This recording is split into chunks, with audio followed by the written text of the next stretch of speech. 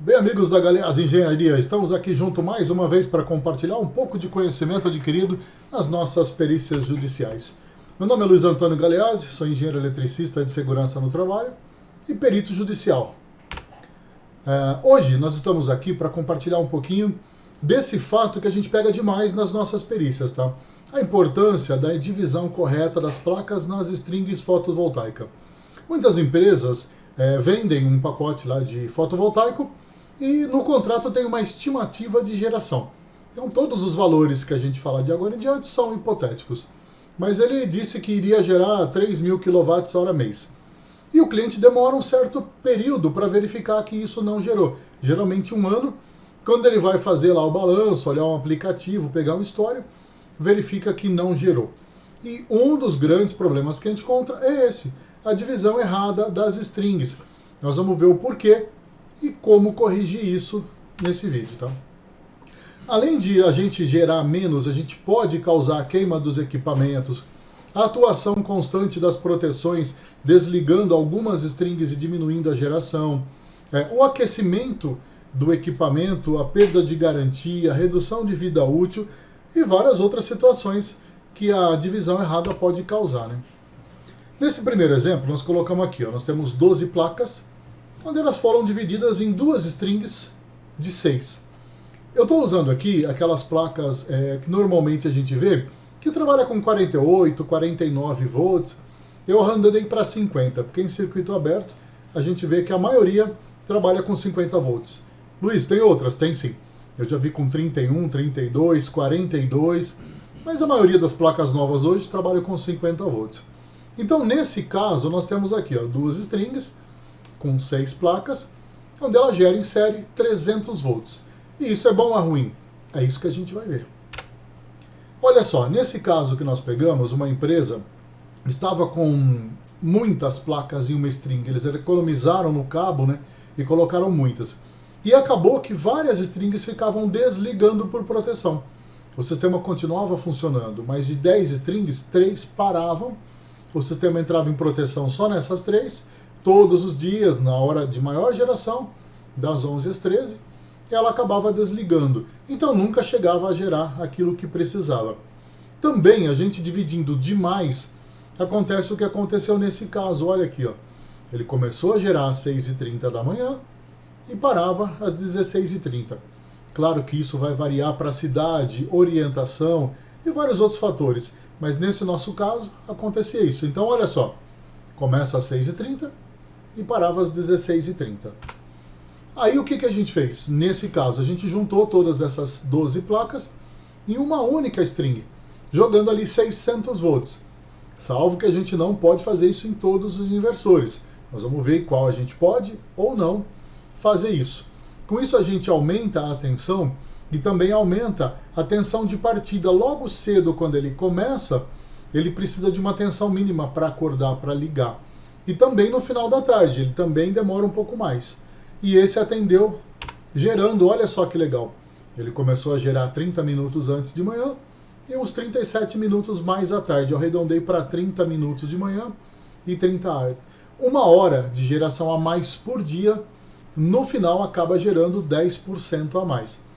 Isso se não tiver errado a ponto de desligar as proteções, como aconteceu em cliente, e a gente acabou perdendo 20%. Então nesse cliente que a gente ajustou, ele teve um ganho de 30%. Então aqui as duas situações, uma onde a gente divide essas 12 placas em 6 mais 6 e trabalha com os 300 volts, e outra que a gente trabalha com uma string só e trabalha com 600 volts. A gente vai ver como estudar para cada caso. E aqui a comparação das curvas. Nesse caso, quando a gente juntou todas, a geração de 30 minutos a mais de manhã e 32 minutos a mais à tarde. Com isso, nesse cliente, um ganho de 30%. É grande, né, gente? É bastante coisa. Agora, como é que a gente sabe, então, em quantas placas a gente divide cada string? Eu peguei dois exemplos. Esse aqui da Grovat, onde ele, na plaquinha, na etiqueta externa, aparece lá 1100 volts de CC. Só que se a gente olhar o datasheet, olha só que legal. Aqui a gente vê que a tensão de partida é de 250 volts. Portanto, de manhã o sol acabou nascendo, Chegou a 250 volts, ele starta. Então, se eu dividir demais, a tensão fica baixa, ele demora mais para subir. E esse que é importante, gente. Olha só, nesse caso, a tensão nominal é de 360 volts. Então, nesse caso, olhando para aquelas 12 placas, ficaria muito melhor se a gente dividisse em dois. Trabalharia com 300 volts e a gente trabalha ali próximo da tensão nominal. Se eu juntasse tudo e trabalhasse nos 600 volts, estaria dentro de uma margem excelente. Olha lá, ele trabalha de 200 até 850. Poderia fazer sim, mas a gente estaria um pouquinho mais distante do nominal, onde ele teria mais eficiência. Então, para esses, eu poderia fazer uma string só com 12, ou duas strings com 6, e ele funcionaria, mas teria um pouco mais de eficiência com duas strings. Já um outro caso, esse é o da Sofar. Olha só a diferença, ó, ele starta mais cedo, com 200 volts, mas a tensão nominal dele é de 620 volts. Então, para esse fica claro, eu preciso usar, se eu fosse usar 12 placas, todas em série, numa única string, e trabalhando lá nos 600 volts. Olha a diferença entre um e o outro. Então, sempre que a gente for montar uma divisão, nós temos que pegar o datasheet daquele inversor, olhar e verificar qual que é a tensão nominal. Ah, tem tensão de pico, faixa de tensão, tensão de partida, e o mais importante para nós é a tensão nominal, é o ideal. E aqui, então, pronto, a gente tem aqui, isso tem na internet. E se vocês tiverem dúvida, gente, comenta aqui no canal. Entendeu? Alguém da nossa equipe pode ir lá, achar para você, te mandar ali um datasheet, ou às vezes esclarecer essa função, tá? No nosso site, depois eu vou mostrar para vocês, nós temos várias ferramentas que auxiliam o integrador a fazer cálculo de queda de tensão, qual é o padrão ideal. Lembrando que a Galeazzi Engenharia está aqui no interior de São Paulo, em Araraquara.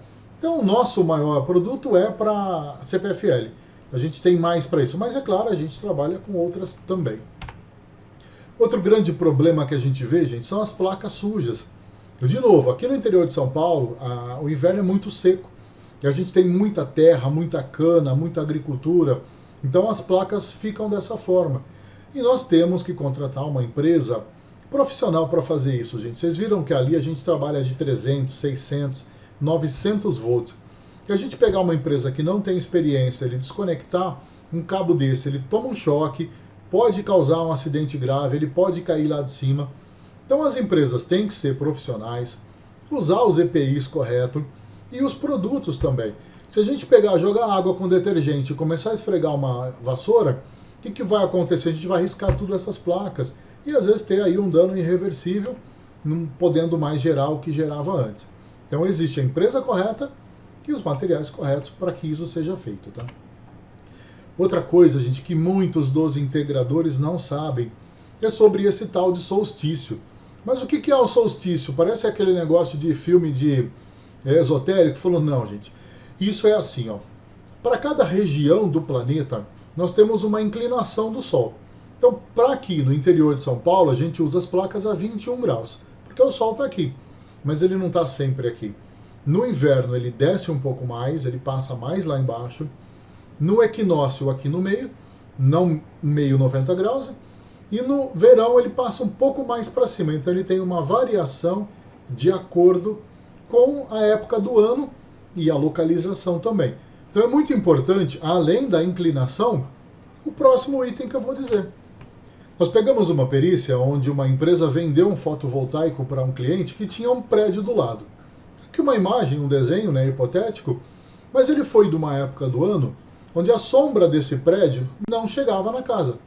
Então falou, ótimo, vamos colocar as placas aqui e tudo bem. Em outra época do ano, o sol passava em cima da casa. Então, por várias horas, esse equipamento todo estava na sombra, não gerando, levou um prejuízo gigante. Aí o cliente entrou com o processo, o juiz me nomeou e fui lá como perito para avaliar e a gente conseguiu. Luiz, como é que a gente faz então?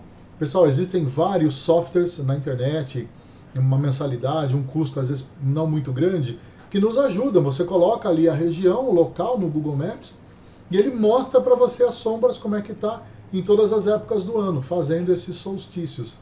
E também, às vezes, perguntando para os vizinhos, para o próprio cliente. Hoje não tem sombra, mas em outro momento. a gente consegue. Então, prestem bem atenção na questão da sombra de algo, uma árvore, um prédio, um sobrado. Hoje não, mas em outra época eu posso sim ter sombra por causa do solstício, tá? Outro grande problema que a gente encontra, gente, é a queda de tensão pela distância ou o uso de cabo não adequado, tá? No nosso site, depois eu vou deixar aqui embaixo e também aqui no vídeo, tem lá um aplicativo para você fazer o cálculo de queda de tensão. Eu tenho um inversor X que usa um cabo de uma medida. Essa medida, essa bitola de cabo, é para uma distância curta. Se eu começo a distanciar, por exemplo, numa fazenda, uma casa muito grande, uma indústria, e eu estou lá a 50, 70, 100 metros da minha medição, essa bitola já não vai ser a mesma. A gente tem uma perda muito grande. E lá no aplicativo a gente consegue clicar e verificar, de acordo com a distância, quanto eu subo de bitola. Outra questão é quando o fabricante aconselha ou você faz o cálculo de uma bitola de cabo, é para cobre. Se eu for usar o alumínio, eu tenho sempre que subir uma bitola. Então deu 16 milímetros. Se eu for usar o alumínio, eu tenho que usar o 25. Outra questão, gente, o alumínio não foi feito para trabalhar tubulado. Se eu vou levar uma grande distância, existe hoje o problema com furto do cobre, e eu optar pelo alumínio, ele só pode estar aéreo e nunca tubulado, a não ser pequenas distâncias, na entrada, na saída, tudo bem, mas ali ele tem que trabalhar todo exposto. O cobre eu posso tubular, o alumínio não. Também para o cobre existe, gente, a bitola certa da tubulação, que tem que ter uma área útil ali, uma sobra, né, de 60%. Eu só posso usar 40% de área utilizada dentro dessa tubulação. Então, teve dúvidas? Pergunta aqui no canal, pega meu contato ou usa o aplicativo. Mas a gente viu que sempre que um inversor se distancia da medição, a bitola muda. Se eu estou aconselhado a usar um cabo de cobre e vou usar alumínio, essa bitola também muda. Aqui está o nosso site, tá, gente? Ó, GEE, engenhariaelétrica.eng.br, e aqui uma foto das ferramentas. Nós temos um cálculo de padrão de entrada, por enquanto só da CPFL. Então eu tenho um inversor de tantos K. Que padrão eu preciso? Clica lá, coloca lá a potência do seu inversor, se ele é monofásico, bifásico ou trifásico, e ele te dá as opções. Ah, eu preciso desse padrão no mínimo para poder colocar esse daqui. O cálculo de queda de tensão, eu coloco também a potência do meu inversor, a distância, se ele é bifásico ou trifásico, ele vai me dar o cabo ideal para ser usado, já não é mais o aconselhável, entendeu? Pela fabricante, já mudou aqui. E depois ali uma lista dos padrões da CPFL, A1, A2, B1, B2 e assim vai, para você saber identificar. Eu olhei aqui uma bitola de cabo dentro de um padrão, um disjuntor, que padrão é esse? Tem lá no nosso site, para você verificar e saber qual é. A nossa empresa, gente, trabalha com projetos, laudos e perícias na área de elétrica, fotovoltaico e segurança no trabalho. O nosso forte aqui são as perícias, né, e as homologações. Hoje a nossa empresa cuida de mais de 30 empresas de fotovoltaico no estado de São Paulo e estados vizinhos. Então nós fazemos toda a parte de documentação junto às concessionárias para essas empresas. Então a gente tem uma equipe que trabalha com isso, temos bastante experiência. Eu não tenho ideia, mas eu acho que a gente já fez mais de 2.000 projetos aprovados nos últimos anos. E então a gente trabalha aí com uma experiência muito grande, tá? Então a gente também se coloca à disposição, caso você precise, queira fazer uma experiência. Para a homologação de fotovoltaico, a gente atende o estado todo. Para os outros trabalhos de perícia, você teve um problema com o seu inversor, pegou fogo, ou precisa já uma área mais curta, até 150 quilômetros aqui de Araraquara.